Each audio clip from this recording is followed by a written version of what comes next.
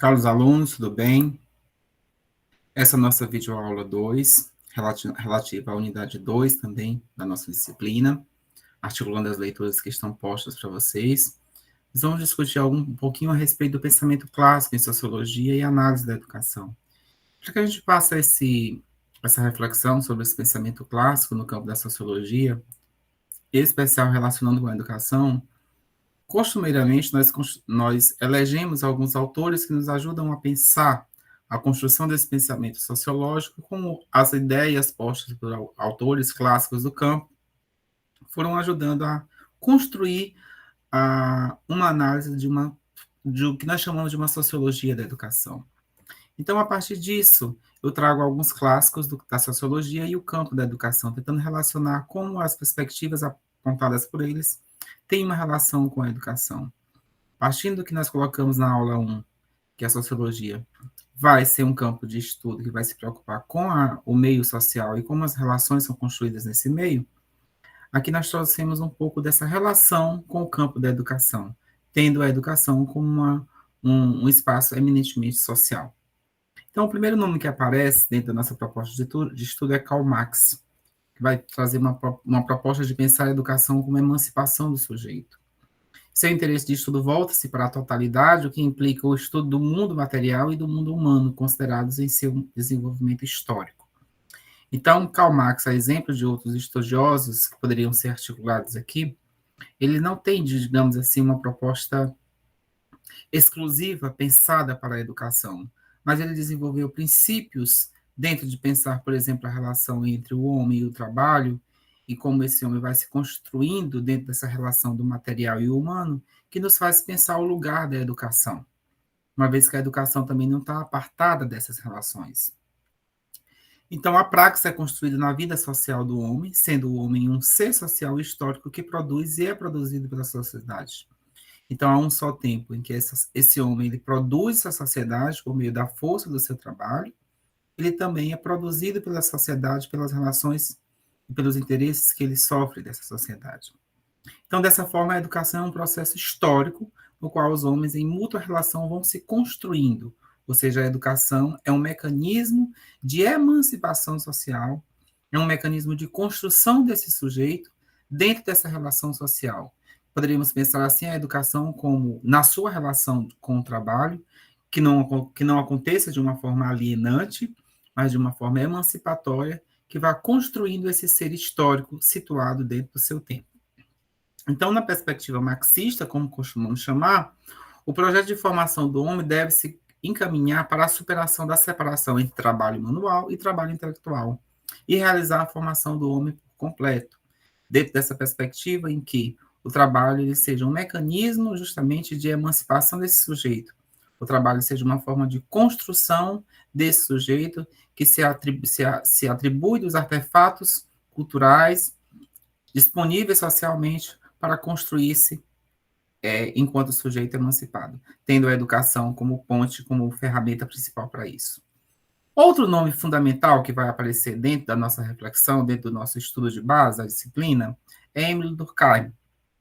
É a proposta de Emile Durkheim, sobretudo estruturada nas regras do método sociológico, um livro clássico de Durkheim, ele vai pensar, então, a educação como um processo socializador. Por quê? Porque o Durkheim ele vai pensar o fato social, e que esse fato social ele é reconhecível pelo poder de coerção externa que exerce ou é suscetível de exercer sobre os indivíduos. Ou seja, os fatos sociais, que vão ocorrer de maneira bastante heterogênea, eles exercem um poder de coerção sobre os indivíduos, na construção, nas tomadas de decisões e no modo como esses sujeitos vão se construir na sociedade. Então, para Durkheim, a educação é considerada como um fato social, né? Isto é, ela satisfaz os três critérios de definição do fato social, que é coercitiva, né? Por se impor aos indivíduos, é exterior ao indivíduo, por ser construída socialmente, e é geral, por atender a essa demanda da sociedade.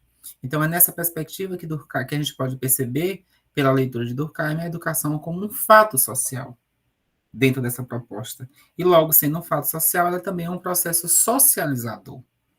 A educação, então, é uma ação exercida pelas gerações adultas sobre as gerações que não se encontram ainda preparadas para a vida social. Pensando no trabalho escolar, nós poderíamos pensar o quê? Essas gerações adultas, os professores, que assumem um papel de mediadores do conhecimento, de conhecimentos que vão sendo transmitidos, que vão sendo mediados, né, para as crianças, para os jovens, para as pessoas em processo de escolarização.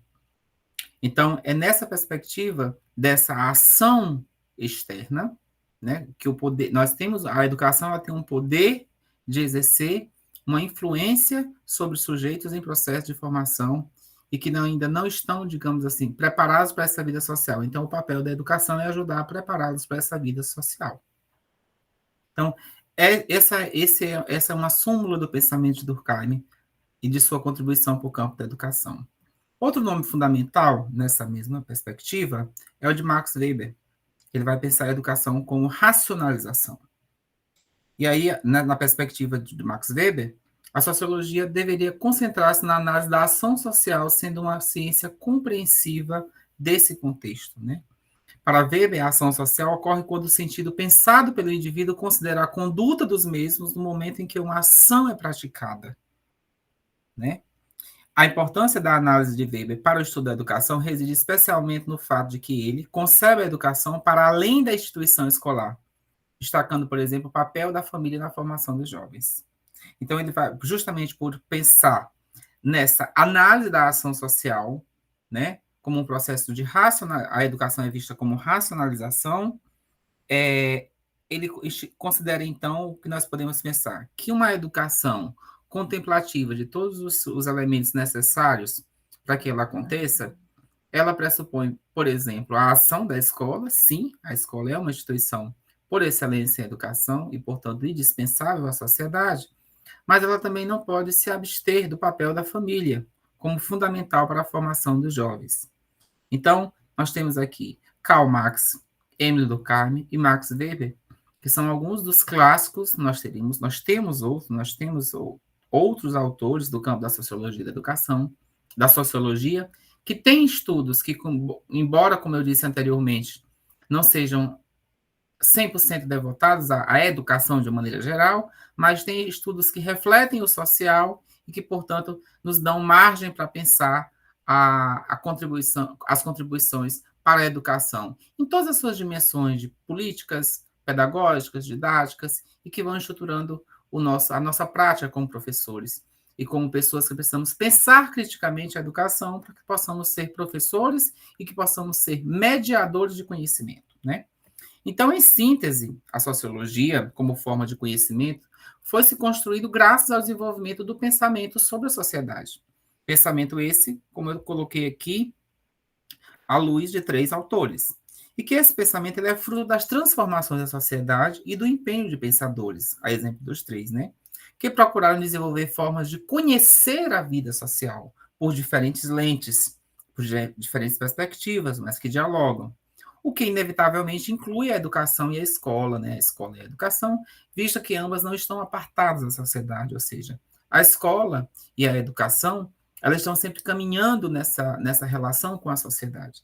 E por estarem caminhando de mãos duplas, nós vamos percebendo que a escola, os movimentos que ocorrem dentro dessa instituição, a educação enquanto perspectiva mais ampla também, à medida que os contextos e que o tempo vai mudando, ela vai também sendo reconstruída, vai sendo reconfigurada a partir do modelo de sociedade que nós temos. Então, de maneira sintética, a sociologia, uma ciência moderna, que vai se construir com base no pensamento de autores fundamentais, exemplo desses 3 que nós trouxemos aqui, ela vai trazer contribuições para a gente pensar essa relação da educação com a sociedade.